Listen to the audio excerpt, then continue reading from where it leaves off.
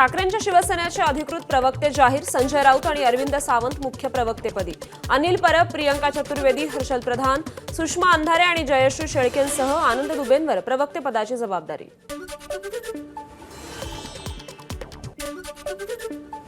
Cabinet आणि राज्यमंत्र्यांच्या अधिकारांचा मुद्दा ऐरणीवर. अधिकारांच्या मुद्द्यावरून मुख्यमंत्री कार्यालय आग्रही. कॅबिनेट मंत्र्यांनी कुणाला आणि किती अधिकार दिले याची माहिती द्या. मुख्यमंत्री कार्यालयाकडून राज्यमंत्र्यांना विचारणा.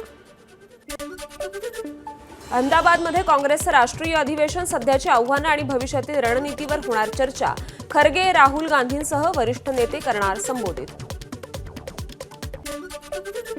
बेरोजगारी, दरवाढ यांच्यावर कुणी बोलतच नाही. देशात केवळ विष पसरवण्याचं काम भाजप करतंय. खासदार प्रणिती शिंदेंचा भाजपवर आरोप. ज्या जनतेनं मत दिली त्या जनतेचा आता अपेक्षाभंग होतोय. वाढलेल्या महागाईवरून जयंत पाटलांचा केंद्र आणि राज्य सरकारवर हल्लाबोल. तहव्वूर राणाला दिल्लीतील एनआयए कोठडीत ठेवलं जाण्याची शक्यता. दिल्लीतून मुंबईत आणून राणावर खटला चालवला जाण्याची शक्यता. तहव्वूर राणासाठी मुंबई आणि दिल्लीत 2 कारागृहात कोठडीची तयारी. मुंबईत राणाला आर्थर रोड कारागृहात कसाबच्या कोठडीत डांबलं जाण्याची शक्यता. आज रात्री उशिरा किंवा उद्या पहाटे राणा भारतात पोहोचण्याची शक्यता. तनिषा भिसे मृत्यू प्रकरणी धर्मादाय आयुक्तालयाकडून सरकारला चौकशी अहवाल सादर. अहवालात दीनानाथ रुग्णालयावर ठपका ठेवण्यात आल्याची सूत्रांची माहिती. त्यामुळे मंगेशकर रुग्णालयावर कारवाई होणार का याकडे लक्ष. दीनानाथ रुग्णालय परिसरात कलम 163 प्रमाणे प्रतिबंधात्मक आदेश. दीनानाथ रुग्णालयासंदर्भात पुणे पोलिसांचं मोठं पाऊल. रुग्णालय परिसरात आंदोलनाला बंदी. रुग्णालयाच्या 100 मीटर परिसरात निर्बंध. पुण्यातील दीनानाथ रुग्णालयाला महापालिकेचा दणका. गेल्या 8 वर्षांपासून 27 कोटी मिळकत कर थकवल्याप्रकरणी पाठवली नोटीस. 2 दिवसात 22 कोटी जमा करा, अन्यथा जप्तीची कारवाई. महापालिकेची नोटीस.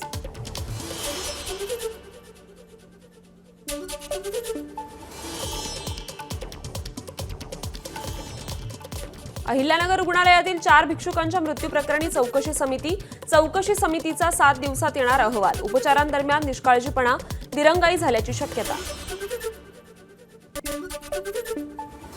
शिर्डीतील 4 भिक्षुकांच्या मृत्यूनंतर खासदार निलेश लंकेंनी जिल्हा रुग्णालयाला भेट दिली. सध्या अहिल्यानगर जिल्हा रुग्णालयात 2 जणांवर उपचार सुरू असून त्यांची विचारपूस केली.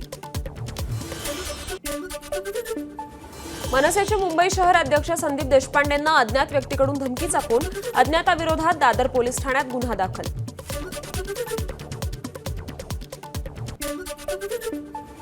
तपास करायला हवं. कुणी मुंबईचं वातावरण खराब करायचा प्रयत्न करतंय का? संदीप देशपांडेंची धमकी प्रकरणावर प्रतिक्रिया. तर जाणीवपूर्वक सगळं घडत असल्याचं देशपांडेंचं वक्तव्य. प्रशांत कोरेटकरच्या जामीन अर्जावर आज निर्णय होणार. 7 तारखेला दोन्ही बाजूंनी युक्तिवाद झाला होता. अभिनेता सैफ अली खानच्या हल्ल्याप्रकरणी चार्जशीट दाखल. वांद्रे कोर्टात सैफ अली हल्ल्याप्रकरणी 1000पेक्षा अधिक पानांची चार्जशीट. बदलापुरात शालेय मुलींवर झालेल्या अत्याचार प्रकरणी सुमोटो याचिकेवर आज उच्च न्यायालयात सुनावणी. या प्रकरणी मीरा बोरवणकर आणि निवृत्त हायकोर्ट न्यायमूर्तींच्या अध्यक्षतेखालील समिती आपला अहवाल सादर करणार. बाबा सिद्दीकी यांचा मारेकरी पंजाब पोलिसांच्या अटकेत. भाजप नेत्याच्या घरी ब्लास्ट करण्याच्या प्रकरणात झिशान अख्तरच्या टोळीतले गुंड अटकेत. सूत्रांची माहिती. तुळजापूर ड्रग्ज तस्करी प्रकरणात मंदिराच्या पुजाऱ्यांचा सहभाग. 13 जणांची नावं समोर. आरोपी पुजारी राजकीय पक्षाचे कार्यकर्ते असल्याची माहिती. प्रकरणात आतापर्यंत 35 आरोपी तर त्यापैकी 21 आरोपी हे पसार आहेत. महामुंबईतील महत्त्वाच्या पायाभूत सुविधा प्रकल्पांसाठी मिळणार 4 लाख कोटींचं कर्ज. मुख्यमंत्री देवेंद्र फडणवीसांच्या उपस्थितीत MMRDAचे वित्तीय संस्थांबरोबर करार. क्रांतिकारी चाफेकर बंधूंच्या स्मारकाचं पंतप्रधान नरेंद्र मोदींच्या हस्ते लोकार्पण. 18 एप्रिलला पंतप्रधान मोदींनी वेळ दिल्याचं जवळपास निश्चित. चाफेकर वाडा हा स्वातंत्र्य लढ्याच्या इतिहासातील एक महत्त्वाचा वारसा आहे. सीएनजीच्या दरात आजपासून 1.5 रुपयांनी वाढ. घरगुती वापराचा पाईप गॅसही 1 रुपयांनी महागला. सीएनजीच्या दरात गेल्या 3 वर्षांपासून वाढ झाली नव्हती. वरळीचे आदर्शनगर आणि वांद्रे रेक्लेमेशनच्या पुनर्विकासाचा मार्ग मोकळा, क्लस्टरद्वारेच पुनर्विकास करण्याचे अधिकाऱ्यांना निर्देश. पुनर्विकासासाठी म्हाडामार्फत बांधकाम आणि विकसन संस्था नियुक्त केली जाणार. भुयारी मेट्रोच्या दुसऱ्या टप्प्याला पुढील आठवड्यात मुहूर्त. बीकेसी ते वरळी भुयारी मेट्रो 3 ते 4 दिवसात पूर्ण होऊन प्रवासासाठी खुला होणार. CMRS कडून सुरक्षाविषयक तपासणी सुरू. मुंबईत जल अभियंता विभागाची ॲक्वा ही जल आकार बिले आणि संकलन प्रणाली आज संध्याकाळी 6 पासून ते मंगळवारपर्यंत पूर्णपणे बंद राहील. त्यामुळे या 7 दिवसात मुंबईकरांना ऑनलाईन पाणी बिलं भरता येणार नाहीत. मुंबईत पावसाळ्यात समुद्राला 18 दिवस उधाण येणार. जून ते सप्टेंबर महिन्यात समुद्रात येणाऱ्या उधाणामुळे 4.5 मीटरपेक्षा अधिक उंचीच्या लाटा उसळतील. मुंबईकरांनी खबरदारी म्हणून चौपाट्यांवर गर्दी करू नये असं आवाहन. राज्यात उन्हाचा तडाखा वाढला. मुंबई, ठाणे, रायगड आणि पालघर परिसरात उन्हाचे तीव्र चटके. पुढील 48 तासात मुंबई, ठाण्यासह राज्यभरात उष्णतेच्या तीव्र लाटेचा हवामान खात्याचा इशारा. भाजपचे आमदार समीर मेघे आणि आमदार चरणसिंग ठाकूर यांना मुंबई उच्च न्यायालयाच्या नागपूर खंडपीठाची नोटीस. 3 आठवड्यात जबाब नोंदवण्याचे निर्देश. विधानसभा निवडणुकीत नियमांचं उल्लंघन केलं असून त्यांची निवड अवैध करण्याची रमेशचंद्र बंग आणि सलील देशमुख यांची याचिकेतून मागणी. अजित पवार यांनी कृषी मंत्री माणिकराव कोकाटे यांना बेशिस्त वागणुकीवरून झापल्याची सूत्रांची माहिती. कोकाटे बैठकीसाठी देखील अर्धा तास उशिरा आल्यामुळे अजित पवारांकडून नाराजी व्यक्त. अनधिकृत भोंगे आणि आलेल्या धमकी प्रकरणी भाजप नेते किरीट सोमय्या आज गोवंडी पोलीस ठाण्यात जाणार. 72 मशिदींवर 400 अनधिकृत भोंगे असल्याचा सोमय्यांचा दावा. छत्रपती संभाजीनगरमध्ये बनावट कागदपत्रांद्वारे जन्मदाखला मिळवणाऱ्या 8 संशयित बांगलादेशी घुसखोरांविरोधात पोलिसात गुन्हा दाखल. विधानसभा निवडणुकीच्या काळात मोठ्या प्रमाणावर बोगस जन्मदाखले दिल्याचं समोर. भंडाऱ्यात वाघानं हल्ला केल्याचा बनाव रचणाऱ्या इसमाचं पितळ उघड. वन विभागाच्या आर्थिक मदतीसाठी साकोलीतील दुधराम मिश्रामचा अजब प्रकार. पुण्यात 27 वर्षीय परदेशी महिलेवर 7 जणांकडून लैंगिक अत्याचार. 2020 पासून भूतानच्या महिलेवर सामूहिक लैंगिक अत्याचार.